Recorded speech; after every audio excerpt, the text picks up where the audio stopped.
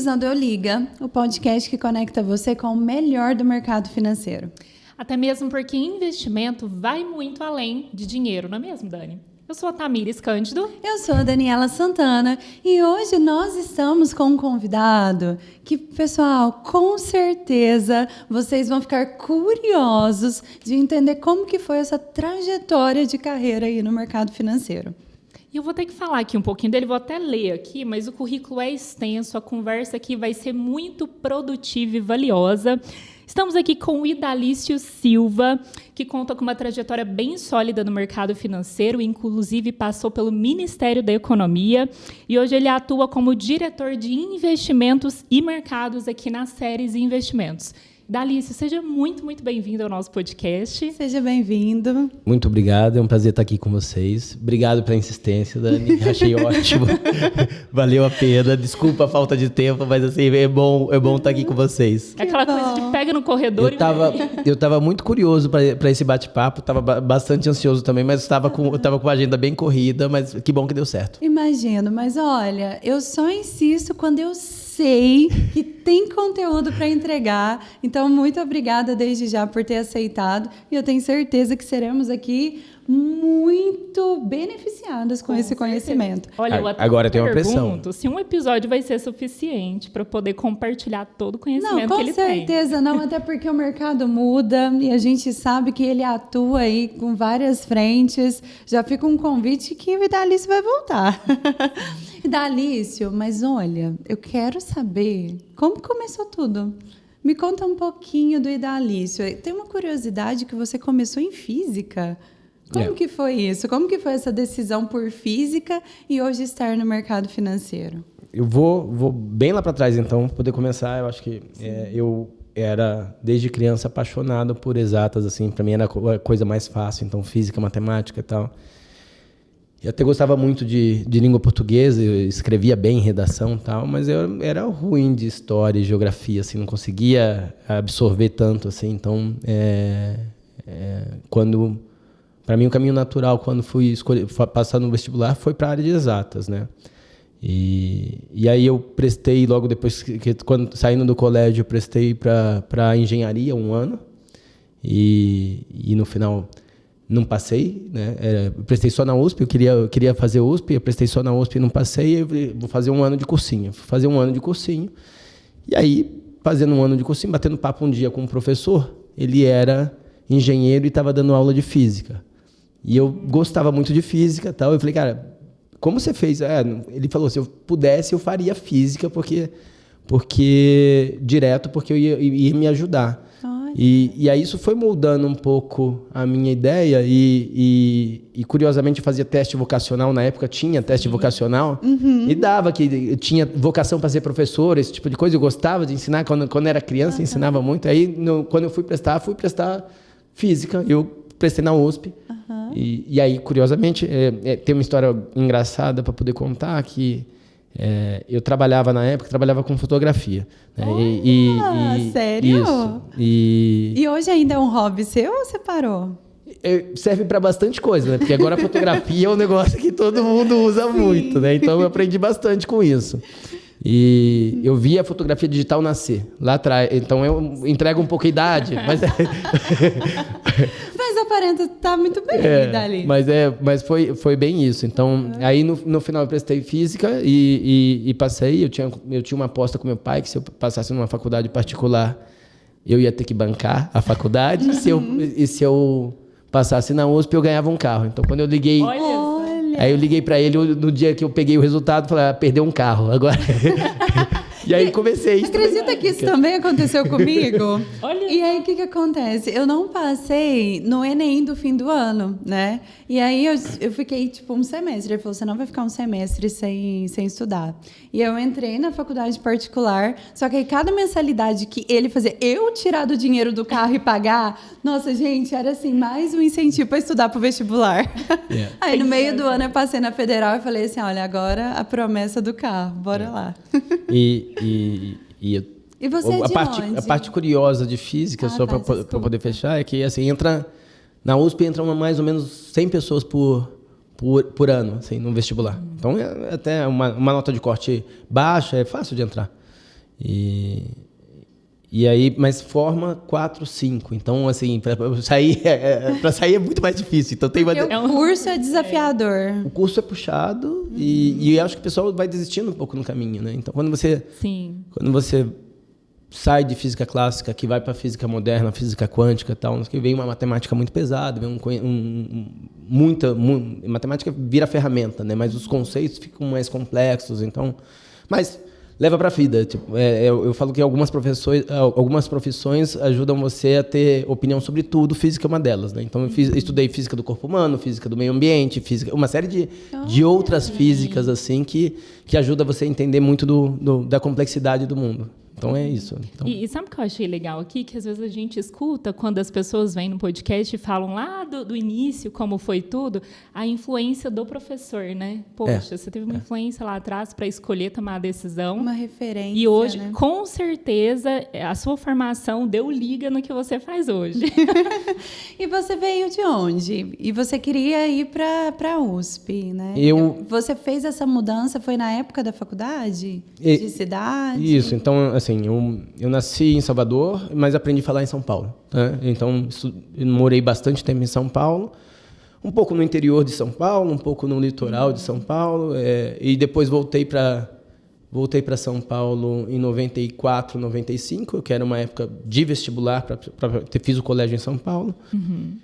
E aí fiz um colégio técnico, tá? Então, por isso que eu acabei trabalhando um pouco mais cedo, e aí fiz um estágio que hoje não existe mais, a época era Kodak, depois eu fui para Fuji, então ali eu tive... Aí pronto, já gostava de fotografia. Tive muito contato com fotografia, me envolvi muito com fotografia digital.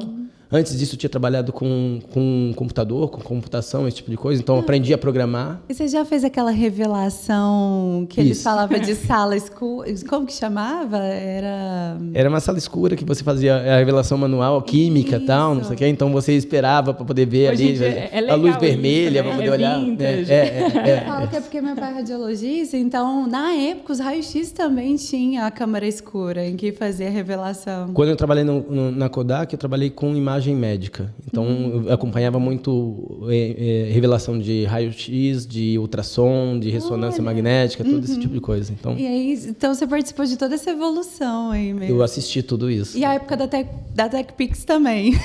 Antes disso, a primeira... Foi uma febre, A né? primeira câmera digital que nasceu de verdade, que popularizou, era uma câmera, chamava Mavica, uma câmera digital com disquete. Tá? Você tá falando como se conhecesse, né? Eu tô tentando imaginar. E era uma câmera digital com disquete. Então, e a Fuji e a Kodak eram muito apegadas à qualidade da fotografia, e eles tinham mais resistência de ir nesse caminho. A Sony, como era uma empresa de vídeo, ela começou a entender que a fotografia ia ficar mais no vídeo do que no papel. E eu acho que essa foi a grande sacada. Depois vieram aquelas cybershots, e as pessoas começavam a ir para as festas, para os lugares, carregando um celular de um lado, a câmera digital do outro, e depois juntaram tudo para poder fazer uma coisa só. Então, é isso. Porque eu lembro de assistir a TV, o pessoal, mas agora vamos falar de coisa boa, vamos falar de TechPix. Isso virou uma febre, assim, por alguns anos. Eu lembro da minha mãe comprar, e tinha umas que saiu colorida uma época, assim. Então, que legal, olha só. E como que tudo isso desagou no mercado financeiro? Você chegou a ser professor? Que você eu ensaiei ser professor, né? Então, que estava no teste vocacional. Então, quando eu estava na faculdade, aí eu falei, cara, e aí agora como eu vou, para onde eu vou, que caminho eu sigo? E aí nessa época eu fui dar aula em cursinho, porque era onde remunerava melhor, tal. Eu peguei uma aula para poder dar em cursinho e tal. Aí eu percebi que não era bem dar aula, era fazer uma peça de teatro, né? O professor de cursinho, ele precisa prender atenção, tal. Falei, não é muito para mim, não, tal. E aí meu pai, ele fez carreira em banco, esse tipo de coisa, e ele falava, cara, físico tem muito espaço dentro do mercado financeiro, dentro de banco, por que você não segue esse caminho? E eu resisti um pouquinho, eu resisti um pouquinho no início, porque ele chegava muito tarde em casa, saía muito cedo, então trabalhava, tinha uma carga horária muito longa, e falava, não, acho que eu quero outra coisa. Aí eu estava vindo de fotografia, que era um negócio mais fluido e mais tranquilo, tal, não sei o quê. Mas em algum momento eu falei, cara, tipo, aqui não vai ser muito a minha praia, eu vou para outro lugar. E aí eu apliquei para a área de risco de uma empresa e aí passei como estagiário na área de risco de uma empresa de cartão de crédito, desenvolvi um mercado lá, então comecei na área de risco e foi bem legal, né? Um dia, visitando uma das áreas da empresa ali, eu vi a galera da mesa de operações e o pessoal mais agitado, falando no telefone. Eu falei, cara, eu acho que é isso aí que eu quero fazer. E você né? tem esse perfil, né? Eu falei, acho que é isso que eu quero carismático. fazer. Aí fui fazer um curso de mercado financeiro, de operador de mercado financeiro. E terminei o curso batendo um papo com o professor. Ele falou, cara, me dá o seu currículo aqui. Eu acho que você tem um perfil, vou te apresentar para uma turma que está precisando de operador. E aí eu comecei minha carreira, mudei carreira, saí da área de risco, já tinha ele subido bem dentro da área de risco, né? Então eu saí de estagiário, virei gerente na área de risco, mas eu falei, não, quero virar operador. Aí desisti dessa carreira e comecei de novo a carreira como operador. E aí era um banco grande, eu não sei se a gente fala o nome, não fala? Não. E comecei um banco grande aqui e toquei muito bem essa parte do mercado financeiro ali, já com o telefone na mão, um telefone na mão, 2 telefones do ouvido, esse tipo de coisa. Em algum momento eu tinha literalmente 10 telas de computador assim para poder tomar decisão comprando e vendendo. E gente gritando numa caixinha aqui, eu falei, não, compra e vende e tal. E eu adorava isso. Então fiquei fazendo isso de 2005 a 2011, né? Fiz primeiro num banco, depois num outro, então operava mercado internacional. Então ainda tinha uma sofisticação. Eu sempre falei que eu sempre tive muita dificuldade de contar para minha mãe o que eu fazia, porque toda vez que eu ia falar o que eu fazia era muito complexo. Assim, e como que você tentava explicar? Tenta explicar para ver se a gente entende. Não, eventualmente, quando eu cheguei nessa área, porque quando eu fui trabalhar com fotografia, eu não tirava foto, eu fazia teste de curva de resposta de filme, de papel, era uma parte mais sofisticada, uma parte mais técnica desse negócio. Aí quando eu fui para o banco, aí ela conhecia o que meu pai fazia e falou, não, eu trabalho na mesa de operações, eu compro e vendo, tal, não sei o quê, mas é o quê? É dólar? Não, eu faço isso com crédito no mercado internacional, opero Bélgica, opero Espanha, opero Estados Unidos. Então, cara, mas entendi. Isso. É isso aí. Desde que não seja ilegal e você seja preso, tá tudo certo. Teve um dia que eu cheguei em casa, essa história é engraçada. Teve um dia que eu cheguei em casa, eu acho que tinha sido o dia que eu mais tinha perdido dinheiro na vida. Assim. Tava ganhando dinheiro um absurdo, meio da crise de 2008, né? Eu tinha conseguido antecipar muito da crise, então estava vendido. E aí o mercado caía, eu fazia bem festa nessa época, tal. Então você estava ali bem ativo. E aí teve um dia que o Banco Central Americano tomou uma decisão e fez o mercado dar um spike e melhorar rápido numa segunda-feira. Eu cheguei meio triste em casa, porque eu tinha perdido muita grana. Aí minha mãe olhou assim, entendeu? Mas hoje a bolsa subiu. Ou seja, você tinha que ter ganhado. Quando eu achei que eu estava entendendo, ela não tô entendendo mais nada. Eu falei, estava vendido, mãe. Ô, mãe, deu ruim de todo jeito pra mim. Como assim você estava vendido? Isso. Como então você perde no negócio que você já vendeu? Exato. Não faz sentido. Então, muito... Mas, Idalício, e como que foi como que era para você esse controle emocional? Nossa, sim. Desse dinamismo do mercado financeiro? Porque isso é muito importante, né? Eu acho que o mercado financeiro, principalmente trabalhando nessa área de mesa de operações, você tem que aprender a tomar decisão muito rápido, né? Então, o processo... E você é treinado para tomar decisão com o melhor conjunto de informação disponível, né? E no final, você aprende a tomar decisão e você tem que entender que você toma uma decisão e no minuto seguinte você tem que reavaliar se a decisão foi certa ou errada. E o mercado sempre testa a sua convicção. Toda vez que eu comprava um ativo, ele nunca subia imediatamente. Ele caía um pouco ainda para poder testar um pouco da convicção, para poder ver se funcionava ou não. Então, e aí você precisa entender se você tomou a decisão com o melhor conjunto de informação que você tem, é uma decisão que você vai ter muita convicção. E quando você tem muita convicção, você vai ser testado, mas você acredita que aquilo vai funcionar e normalmente funciona. Sim. Quando você não fez tanto a lição de casa, então você tomou decisão com um conjunto de informação mais pobre. Então aí você fica mais inseguro para navegar e, eventualmente, quando você é testado, você, não, acho que eu tomei decisão errada, aí você zera. Aí depois o mercado sobe na sua cara. Exatamente isso. Então, aí você fala assim, poxa, eu estava no caminho certo. Eu estava certo. Então, assim, então você aprende que a coisa mais valiosa que tem é você conseguir tomar decisão com um bom conjunto de informação. Né? E isso foi ótimo para minha carreira, porque eu aprendi a tomar decisão na vida toda.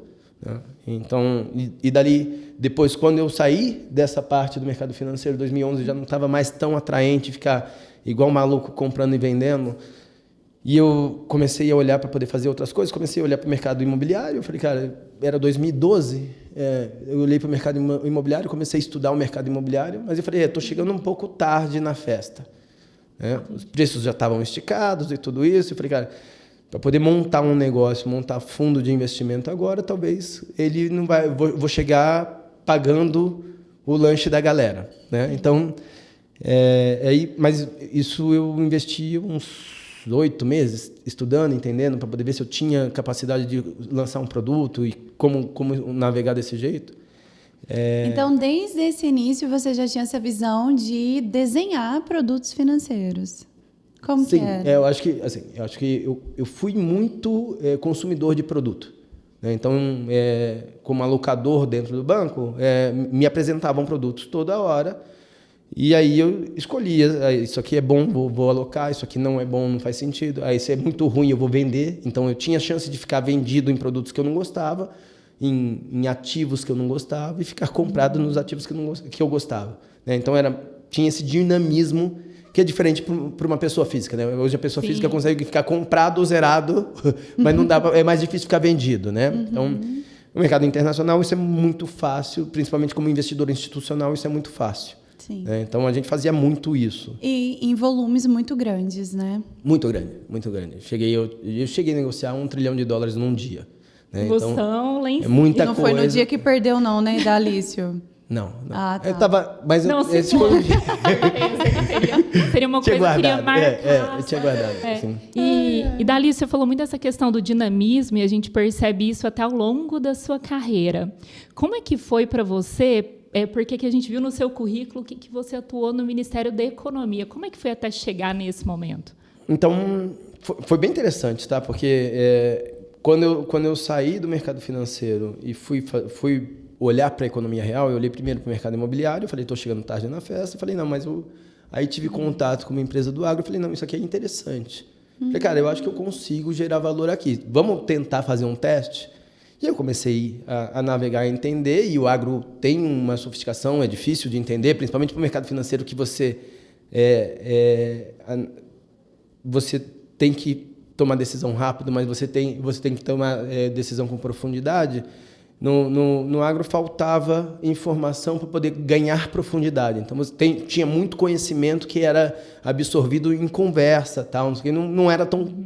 2012 não era tão fácil de absorver conhecimento de mercado financeiro para o agronegócio, lendo, estudando. Hoje é muito mais fácil. Né? 2012 ele já estava abrindo o caminho, né? Estava começando o mercado de CRA. Né? Então, assim, o mercado de CRA não tinha 1 bilhão emitido ainda. Estava chegando, flertando com o primeiro bilhão. Né? E o que te chamou a atenção? Foi a complexidade? Porque eu vi que você é motivado por isso. Sim. De desafio, parece ser. Eu acho que a complexidade nunca me assustou. Esse é o ponto. Não que ela me motivou, que me seduz tanto assim, mas ela nunca me assustou. Né? Então...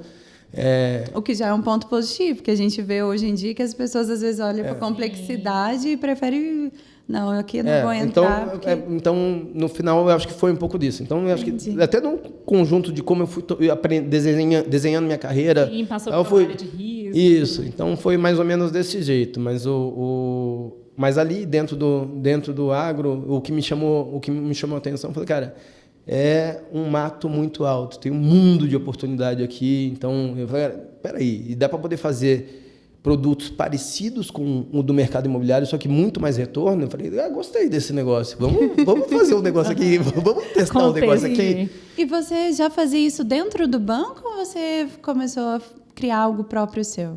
Não, aí eu entrei numa outra companhia que estava existente, aprendi tudo lá, então cresci lá de 2012 a 2019, então fui aprendendo e crescendo junto com o mercado de agro, e eu ligava para as pessoas, eu cuidei da área de relacionamento com o investidor ali. Então, eu saí um pouco do buy side e fui fazer o sell side nessa casa.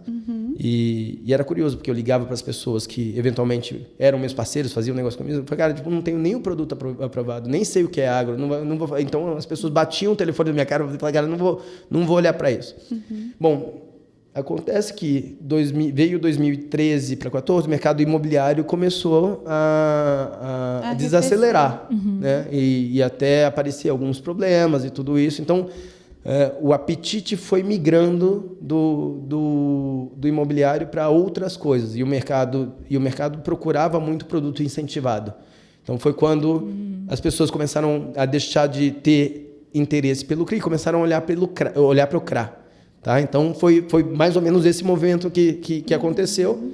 A partir daí, as grandes empresas fizeram o que hoje a gente chama de CRA Ventures, né? Então, captar através do CRA e colocar o dinheiro no balanço para poder fazer isso. Então, as grandes companhias começaram a fazer isso e ajudaram a pavimentar o caminho para poder falar. Então, um cara que não tinha um produto aprovado, quando olhava uma emissão da Suzano, uma emissão da BR Foods, de grandes companhias, começou a falar, não, agora eu preciso olhar para esse negócio que tem uma oportunidade interessante para poder fazer isso. E aí ajudou a pavimentar o caminho, e depois disso a gente foi facilitando o processo, colocando estruturas boas para dentro do mercado. Ou seja, juntou o momento oportuno com a preparação que você já tinha. A conjuntura ajudou muito, né? Mas assim, eu tinha feito essa análise anterior, eu falei, cara, eu entendi o risco lá no mercado imobiliário, eu acho que eu consigo reproduzir coisas parecidas aqui no mercado do agro. Mas então, só o mercado que demorou um pouquinho para entender. É isso aí. Então, aí quando veio, a gente já estava pronto para poder absorver a demanda que estava nascendo dentro do agro. Né? E aí fiz isso até 2019, e aí um dia, em 2018 ainda, no meio de 2018, tinha um amigo em casa, um montesano, ele falando, cara, eu acho que eu vou voltar para o Brasil. Ele estava morando em Londres, tudo isso, ele era sócio do BTG e tudo isso, e tocando uma área de commodities, e aí ele falou, não, acho que eu vou voltar para o Brasil, eu acho que essa turma que está para entrar dentro do governo é interessante. E ele tinha acabado de voltar de uma conversa com o Paulo Guedes e falou, se esse governo passar, eu acho que eu vou voltar para o governo, vamos? Eu falei, vamos, estamos tomando um vinho aqui, vamos. Dei um tapinha nas costas dele. Tipo assim, falou de forma despretensiosa e ele levou a sério. Um convite ali. Isso. Aí, mas ele plantou a sementinha, né? Aí, quando virou o governo e passou, aí ele foi para lá, ele falou, não, dá um pulo aqui. Aí eu conheci o Salim. O Salim Mata, que era dono da Localiza, foi lá para o governo para poder tocar uma agenda de privatização. Eu falei, vem para cá, vem conhecer o Salim. Conheci o Salim e tal. E aí depois entendi, conversei e tal, não sei, já tinha me desligado dessa empresa, resolvi empreender um pouquinho. Né? Eu falei, vou empreender um pouco aqui, deixar um negócio rodando e depois eu vou pro governo, vou trabalhar com vocês. Nisso de empreender foi onde você desenvolveu o seu produto? Eu fui para uma outra área. Eu acho que agora, falando com vocês, eu realmente percebo que eu gosto de coisa difícil, que eu fui fazer inteligência artificial em 2019. Então, desde o início da conversa. Essa parte não tinha sido mapeada. Olha, qualquer ponto desafiador e que esteja despontando, que tenha grande potencial de rentabilidade, o Idalício já está 2 passos à frente. Mas isso é legal, porque, poxa, a gente está falando aqui 2025, aí inteligência artificial, muita gente parece que agora ligando para isso. E você lá em 2019... Em 2019 a gente começou a trabalhar com rede neural para poder montar inteligência artificial. E eu falei, cara, eu acho que esse é o caminho, aqui vai explodir esse negócio. Comecei um pouco cedo demais, tá? Então, se eu tivesse esperado 2 aninhos ou tivesse mais gás para poder fazer isso, teria funcionado. Mas assim, aí, bom, enfim, não tracionou, o negócio não tracionou, né? E aí e a turma lá de Brasília me ligando, não, vem bater outro papo, vem aqui. Um dia o Salim estava em São Paulo, falou, vem tomar um café comigo. Fui tomar um café com ele. Ele começou a fazer o pitch para, não, vem trabalhar no mercado, vem trabalhar com a gente, tem bastante coisa para poder fazer, mas assim, não ganha dinheiro, você vai pelo país e tal, não sei o quê, vamos. Eu falei, tá bom, eu vou. Mas aí continuou, falando, não, Salim, eu já aceitei, pode relaxar, tô indo. Mas você tinha alguma visão? Porque assim, você sempre no meio institucional, trabalhando ali, tendo uma visão, e aí, para ir para esse lado da esfera pública, você tinha algum receio, alguma visão antes e que depois isso foi desmistificando, assim, durante? Eu acho que quando eu estava aqui, eu acreditava que, cara, como as pessoas não fazem o óbvio, tá tão óbvio fazer um negócio assim, por que não vai nesse caminho? Sempre gostei de política, eu acompanhava política lendo o jornal desde, sei lá, dos 8 anos de idade, eu acompanhava, tal, via o jogo político que tinha, tal, não sei o quê. Então para mim isso foi muito, muito interessante sempre, né? E aí quando eu comecei a trabalhar no mercado financeiro, você cobre muito política. Então, eu cobria política do mundo todo, né? Então para mim também era um negócio bastante interessante. Aí eu comparava o Brasil com outros países, eu falei, cara, por que a gente não faz esse tipo de coisa aqui? Por que não amarra esse negócio? Enfim,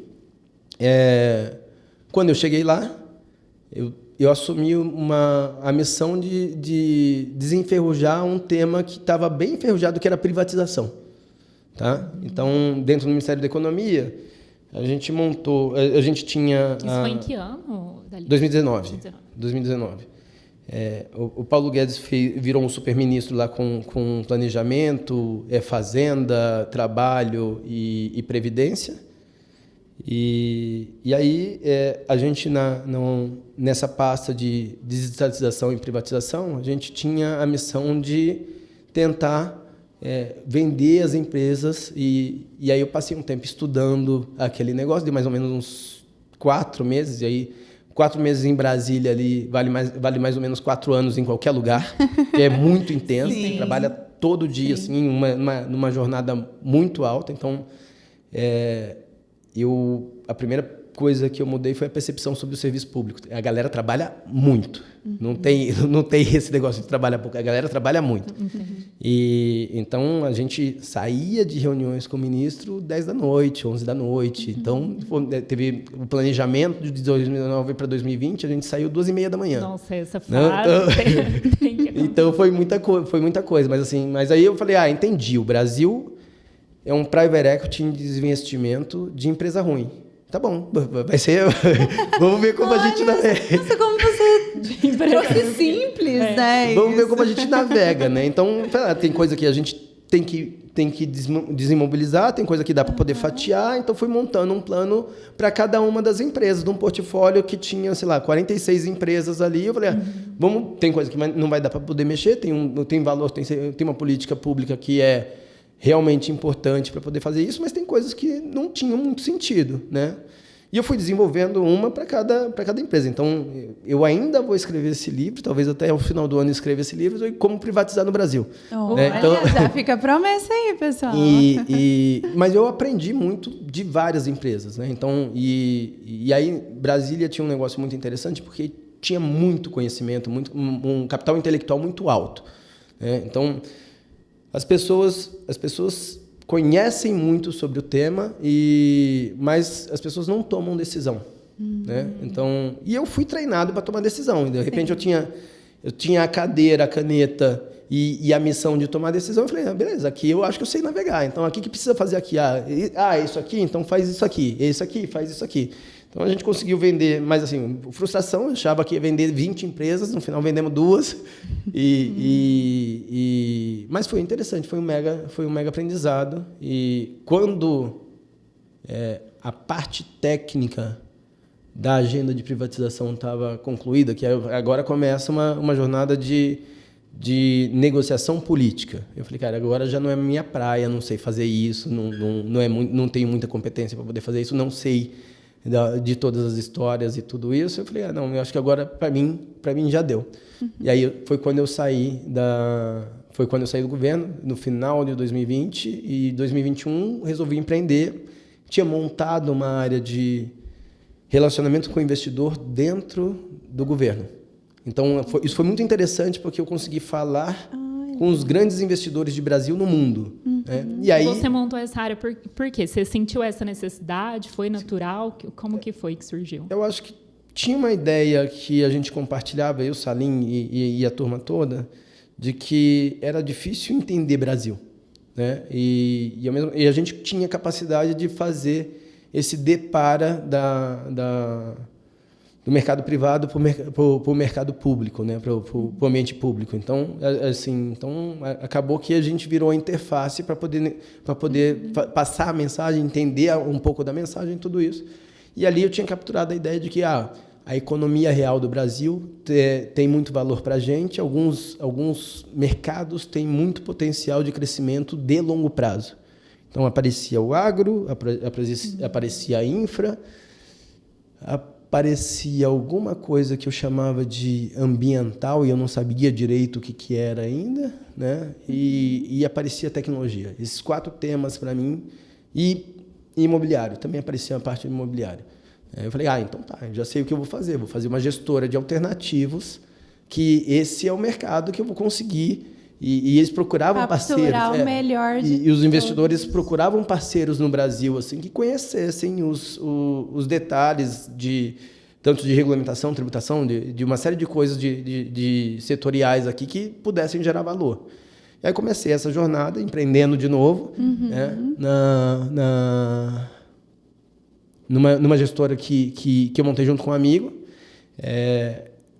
Depois veio a regulamentação de FIAGRO. Eu assisti de dentro essa parte de aprovação da lei e tudo isso do FIAGRO.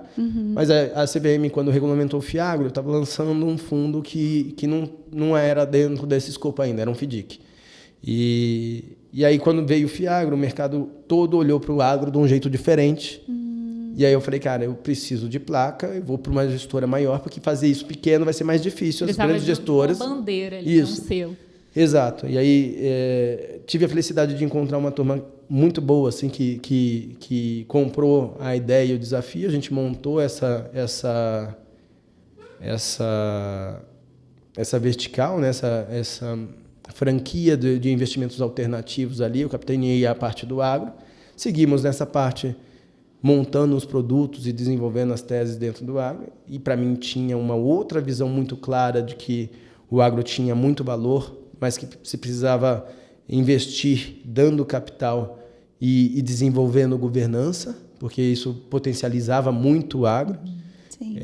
Comecei a atuar nessa agenda e fui fazendo isso, e aí já era muito próximo da turma das séries, já conhecia muito a turma das séries aqui. Foi quando, em algum momento, eu mudei de gestora e vim parar nas séries aqui para poder fazer esse movimento dentro das séries aqui, que de verdade me deixou muito feliz, porque tem uma intimidade com o agro, essa intimidade com o agro e a capilaridade que tem dentro do setor me fez perceber que eu tinha muito material para poder explorar.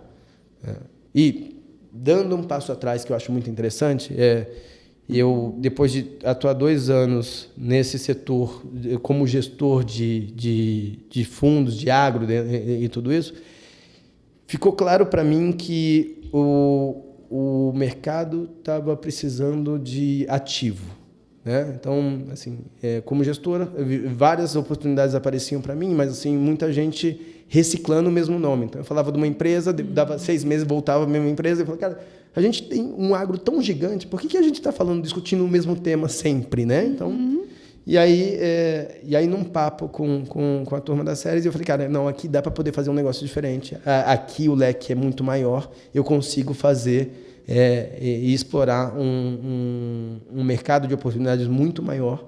E eu acho que vem se consolidando a visão de que quem tem ativo é muito bem servido. Então, eu falo que não falta dinheiro para o agro, né? Faltam bons ativos. Então, quando você tem bons ativos, você tem muito dinheiro irrigando o agronegócio. E qual que é o maior desafio, você que tem aí algum tempo, né, lidando com investidores, nessa relação entre os investidores e os ativos? Eu acho de conectá-los? tem alguns desafios, tá? Então, acho que o principal deles é apresentar um universo de governança diferente que o agro tem, né? Então, dentro do agronegócio, tem muito empresário que foi self-made, né? A quantidade de milionário e bilionário dentro do agronegócio é muito grande, de pessoas que começaram do nada e foram construindo o seu negócio, o seu império, e foi do jeito que deu, do jeito que foi, o que funcionou. Sim. E boa Mais parte por construiu intuição isso. do que... Assim, e muita competência técnica, tá? Mas assim, as pessoas se preocuparam mais em deixar o negócio de pé do que ir organizando a casa. Porque lá atrás o agro era muito nessa estrutura familiar, né? Isso, então, poxa, eu entendo isso. muito do negócio, da cultura, mas a parte de processos, governança, ia ficando depois. Ia ficando para trás, né? E eu percebi que esse era um dos principais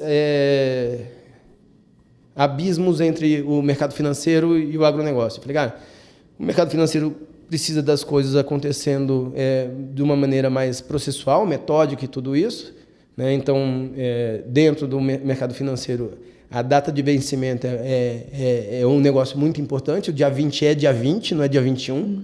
Né? Então, dia 21, se o pagamento aconteceu dia 21 em vez do dia 20, quando é um boleto de varejo, o cara cobra uma multa, mas quando é numa empresa, se anuncia um default. Não pagou no dia certo, é default. Sim, e tem um horário também, Isso. né? É no dia até certo horário. Exato. Então, Agora, no agro, chega no lá agro, com o produtor. a data de vencimento não é um ponto, é uma nuvem. Então, ao redor... Um pouquinho, é mais ou menos isso, ali. um pouquinho antes, um pouquinho depois, conforme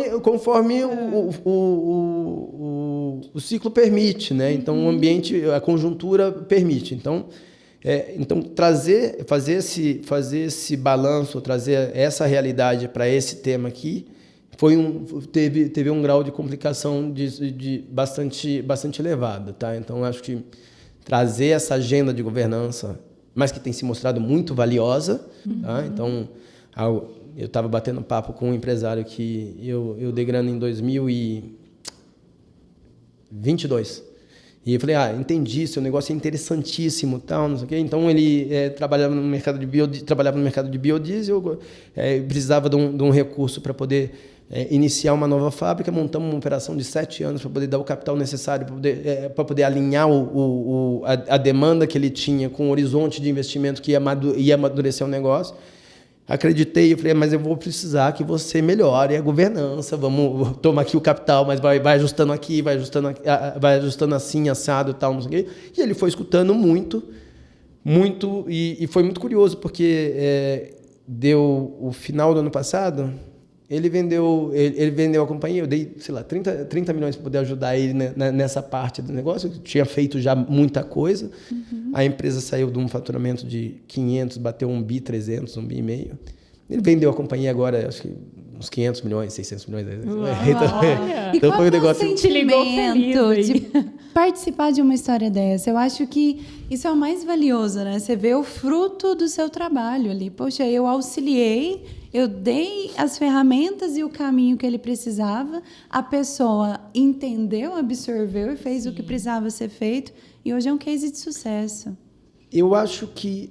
eu entendo que gerar valor, né, é quando você tem uma recompensa pessoal de falar, cara, realmente fez sentido, eu enxerguei o começo, meio e fim da história, foi muito valioso, né? Então, essa foi uma fotografia de algo que é justamente aquilo que a gente tenta fazer. A gente tenta promover, elevar o nível das companhias quando a gente faz esse tipo de investimento, né? Então, o principal valor que a gente consegue capturar é falar, cara, eu vou te ajudar nessa jornada e eu vou te ajudar de verdade. Então, quando você vê isso acontecendo e materializando, essa ideia virando realidade, eu acho que é uma das coisas mais reconfortantes que a gente tem, assim, é uma recompensa genuína, assim. Então, isso é bem interessante mesmo. E cria uma confiança do investidor ainda maior.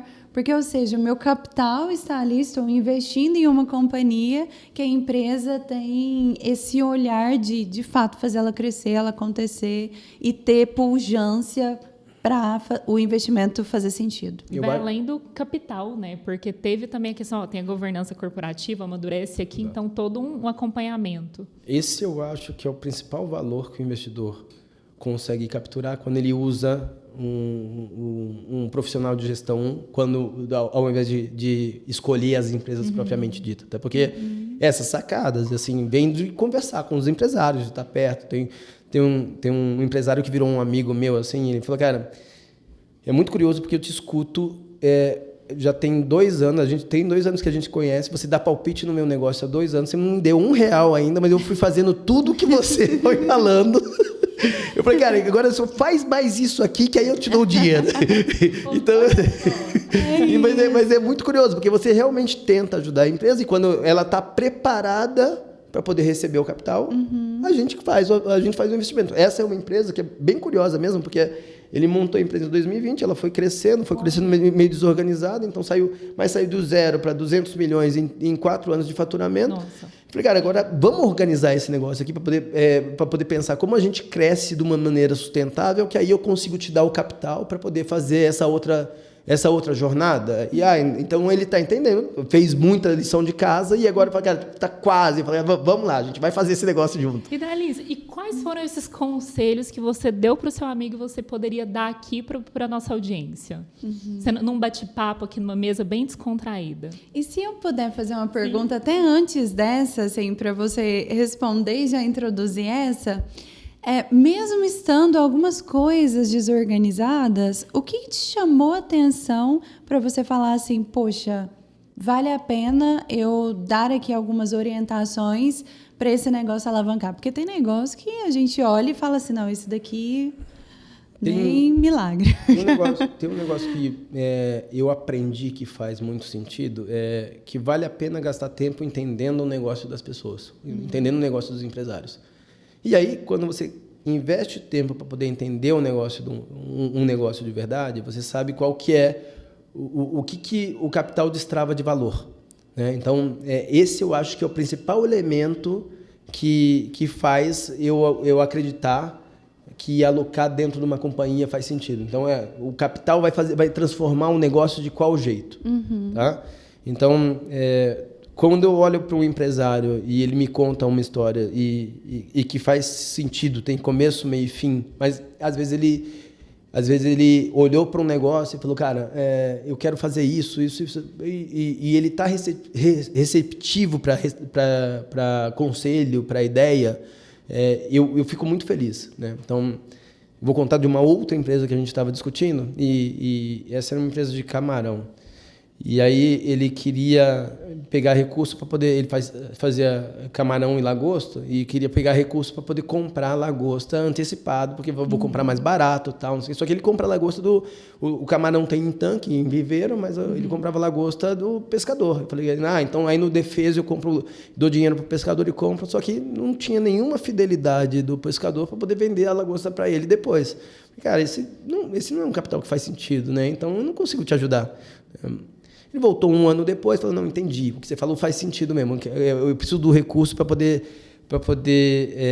melhorar minha planta, de expandir a planta e conseguir processar mais, porque o mercado está aquecendo bastante, então eu preciso de uma capacidade maior de refrigeração e de envisceramento, que é limpar o camarão, né? E eu preciso desse recurso. Agora faz sentido. Então, agora a gente vai fazer negócio junto. Então, entender quando um negócio faz sentido ou como ele pode crescer do melhor jeito possível é parte do trabalho de quem está fazendo isso. E aí, as séries têm um negócio que é muito curioso, que é interessante, que é uma proximidade muito grande do empresário. Então, entender o negócio da companhia faz parte do DNA dessa companhia. Então, isso é valiosíssimo, porque você consegue, literalmente, construir uma solução de longo prazo, que pode ser na largada ou em etapas, para poder fazer a jornada de crescimento. Então, eu acho que eu consegui responder sua pergunta. Sim, agora vem para as dicas aí, de quando a pessoa está aberta.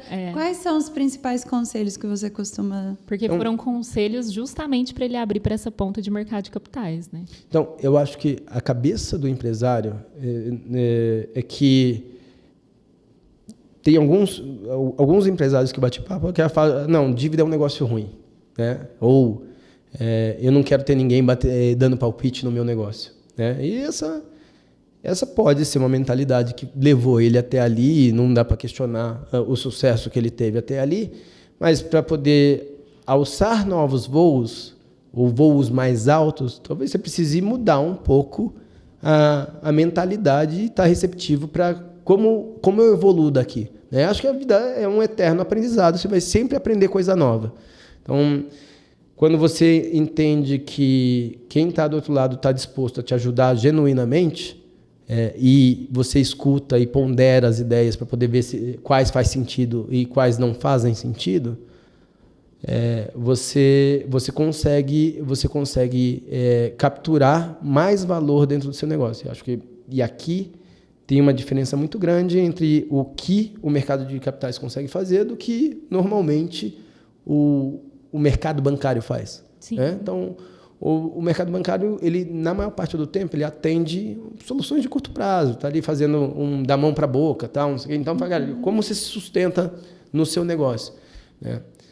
Agora, você quer decolar o negócio, você quer acelerar o negócio, você precisa equalizar o capital com um longo prazo. E que, eventualmente, se você passar a mão no caixa para poder fazer um investimento, vai faltar dinheiro lá na frente. Então, você equalizar o capital com a estratégia faz muito sentido. Então, acho que a dica que eu dou é conversa com quem está fazendo isso para poder entender se tem ali boas ideias que podem gerar valor para o seu negócio.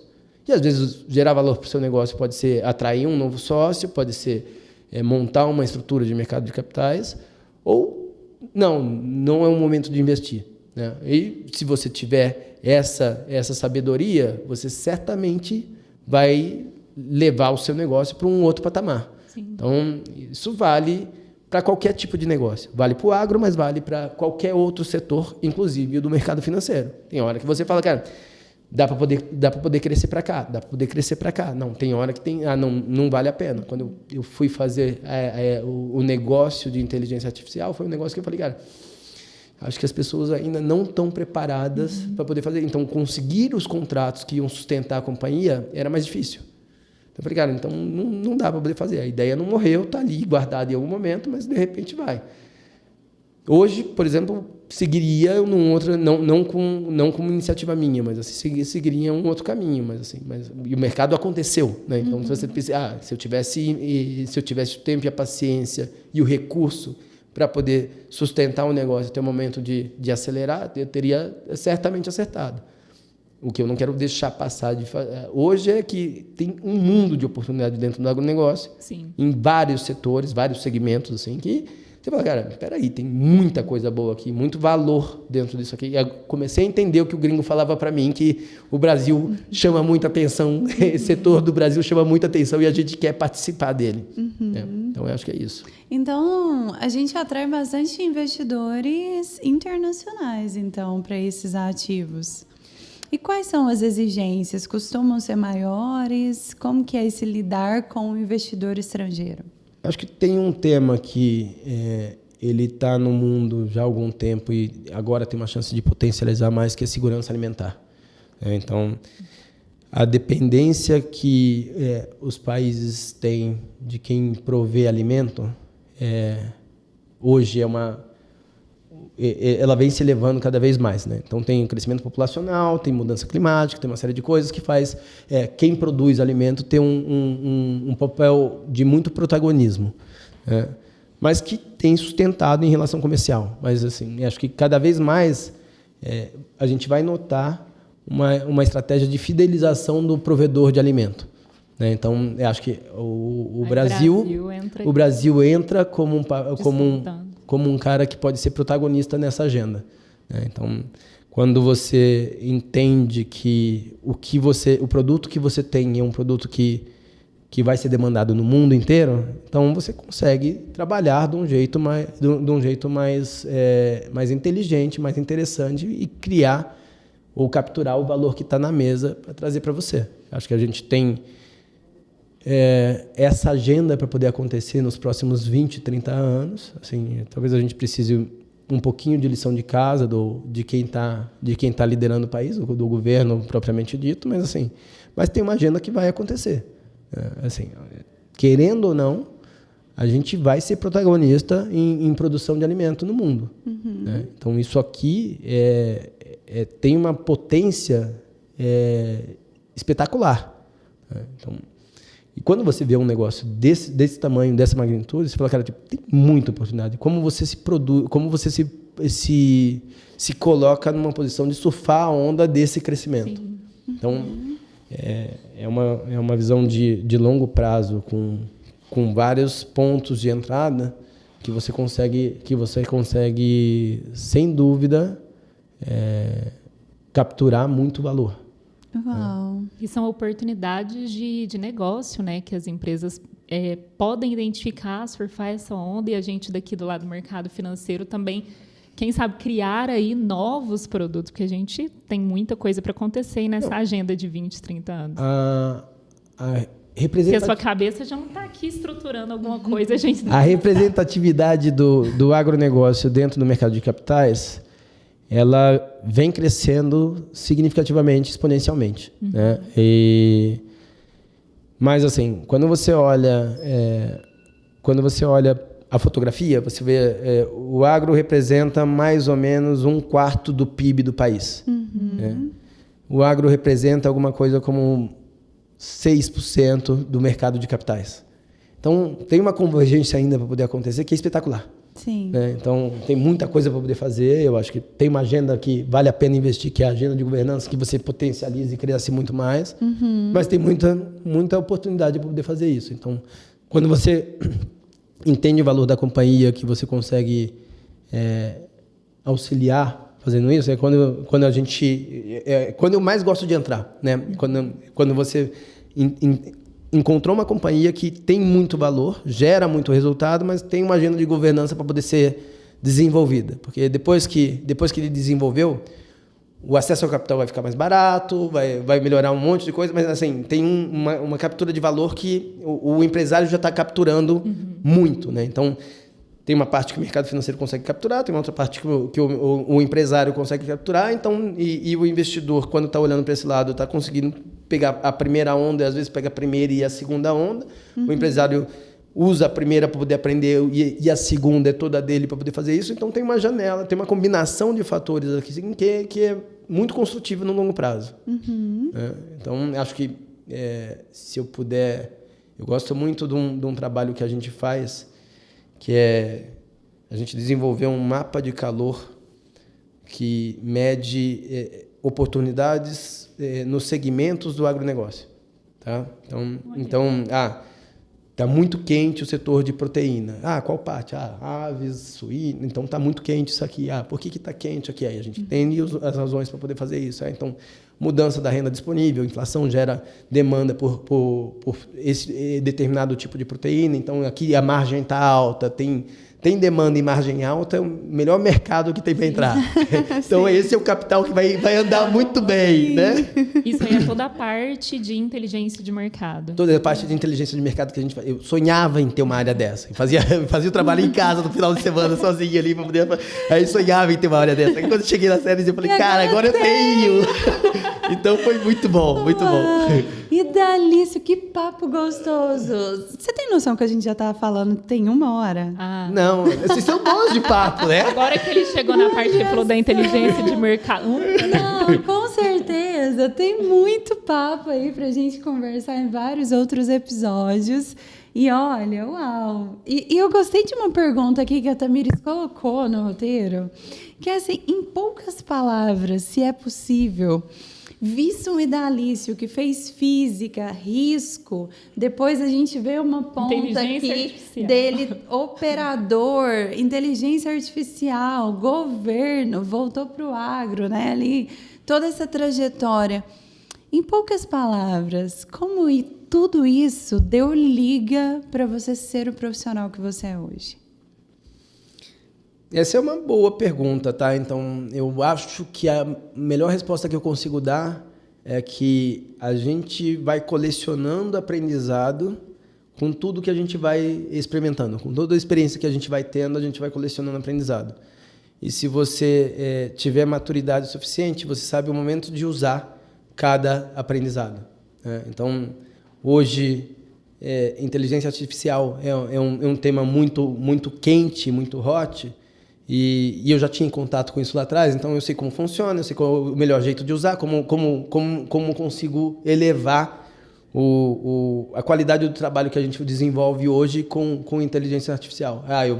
Eu trabalhei no governo e entendi que tinha uma solução de longo prazo que os investidores procuravam para poder ter uma alocação inteligente com apetite dentro do agronegócio, e estamos aqui desenvolvendo esse ambiente para poder potencializar isso. Então, deu liga essa combinação de vários tipos de experiência, que pode parecer um monte de coisa que está desconectada, mas no final acho que cada um vai montando o seu muro de vida com tijolos que fazem ele ter mais altura, mais largura, esse tipo de coisa. O meu foi diversificar conhecimento, ajudou a moldar e perceber conhecimento nos negócios. Então, hoje, uma das coisas que me ajuda muito a aprender os negócios dos empresários que a gente conversa é ter tido uma experiência tão diversa quanto a que eu tive, assim. Então, quando eu estava no governo, eu entrava um dia alguém na minha sala para poder falar de petróleo, depois saía, agora a gente vai falar de energia, não, agora a gente vai falar de infraestrutura. Então, eu fui aprendendo vários setores e entendendo como você capturava valor dentro de cada coisa. Então, quando eu venho para o agro agora, tem vários segmentos dentro do agronegócio, com várias oportunidades diferentes de surfar. Mercado financeiro, a mesma coisa. Então, você consegue combinar esse quebra-cabeça, montando o quebra-cabeça ou pegando a analogia do tijolo que eu fiz, para poder montar um muro que é alto e sólido. Então, eu acho que essa é a liga que deu tudo isso aqui. Uau. E que você continua construindo, né? Sim. Com certeza. Nossa, muito obrigada, Idalício. Eu que agradeço. Que papo gostoso, viu? Bom, que bom. Conhecimento. Com certeza você que está nos ouvindo absorveu muita coisa aí. E olha, se tem algo que eu tirei de aprendizado aqui, além de tudo que você falou, Idalício, é que a gente, primeiro, não tem que ter medo do desafio. Ou seja, o desafio é uma oportunidade, e no momento em que você identificar essa oportunidade, tudo bem, às vezes, você ter que migrar de uma área em que você está, por não ter que insistir naquilo naquele momento, porque tem uma outra oportunidade em que você pode desenvolver e aplicar todo o conhecimento que você tem. Porque, muitas das vezes, as pessoas paralisam por acreditar muito em algo e não ser o momento, e às vezes se frustra e para.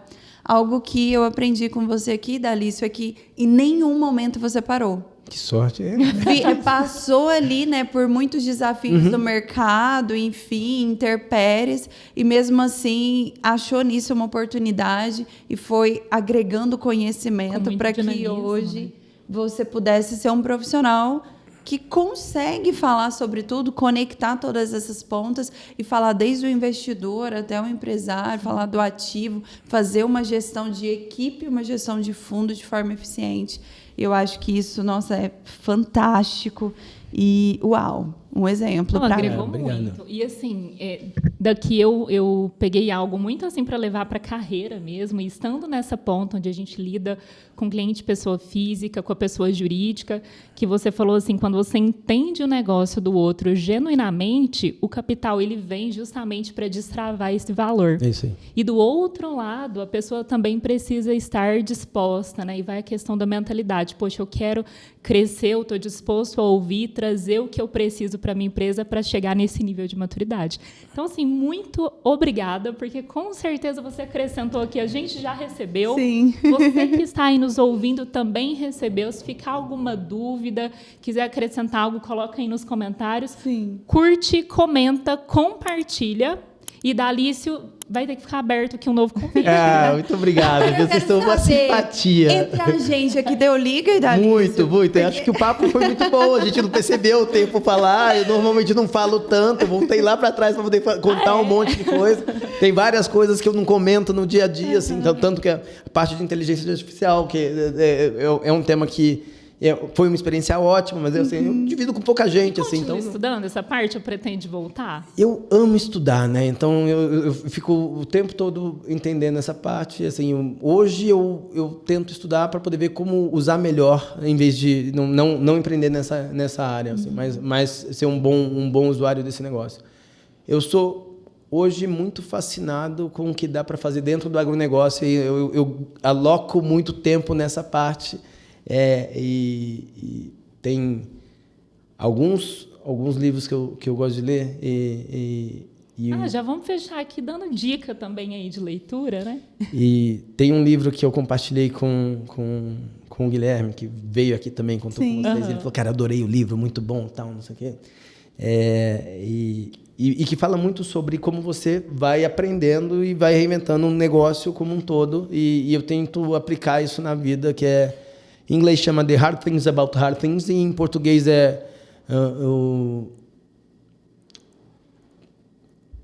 as coisas difíceis do... Eu não sei o termo em português, tenta colocar depois uma legendinha aqui para poder colocar. Mas vale muito a pena olhar. Então, eu acho que se eu falar hoje, duas coisas que têm me motivado muito, tenho aprendido sobre relação humana com a minha filha que acabou de nascer. Olha, parabéns!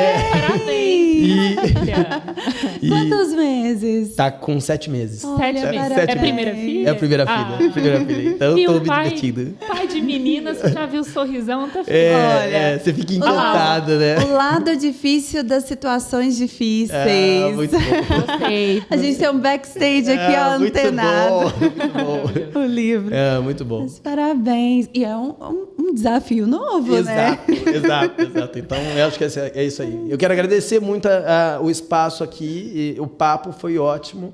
Vocês são sensacionais. Que bom que deu liga. Ai, Que bom, obrigada. Olha, compartilhe, como a Tamires disse, entre para a comunidade Deu Liga. Nós estamos aqui para te auxiliar.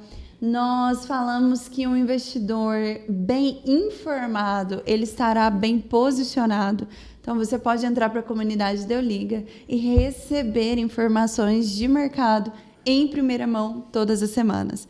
Então, olha, um excelente dia para você e até o próximo Deu Liga.